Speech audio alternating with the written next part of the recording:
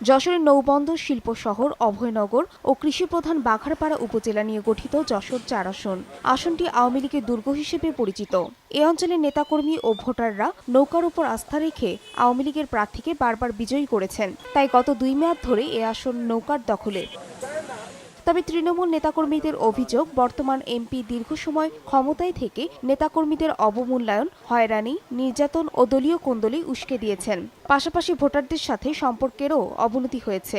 এসব কারণে আসন্ন নির্বাচনে আসনটি হাতছাড়া হওয়ার শঙ্কা রয়েছে। আগামী 11তম সংসদ নির্বাচনে শেখ হাসিনার নৌকা প্রতীক এখানে জয়লাভ করবে এবং আমরা আশাবাদী। প্রার্থী নির্বাচন নিয়ে কিছু সমস্যা আছে, এগুলো যদি কাটায় উঠতে পারি তাহলে অবশ্যই বিরোধী দল বিএনপি, আগুন সন্ত্রাসী খালেদা জিয়ার কোনো প্রার্থী এখানে জয়লাভ করতে পারবে না বলে আমরা বিশ্বাস করি। এই আসনটিতে একবার জোটের প্রার্থী দিয়ে বিজয় পেয়েছে বিএনপি। তবে স্থানীয় নেতারা মনে করেন আগের চেয়ে বিএনপি এখন সংগঠিত ও শক্তিশালী।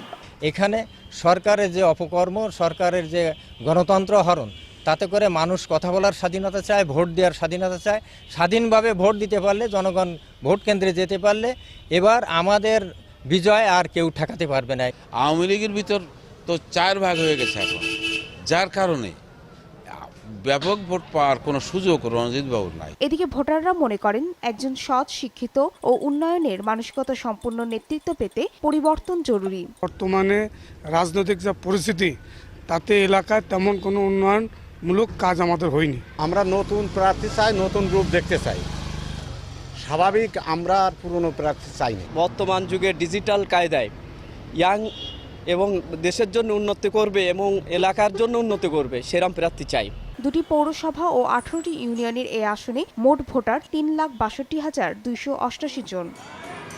সময় সংবাদ, যশোর।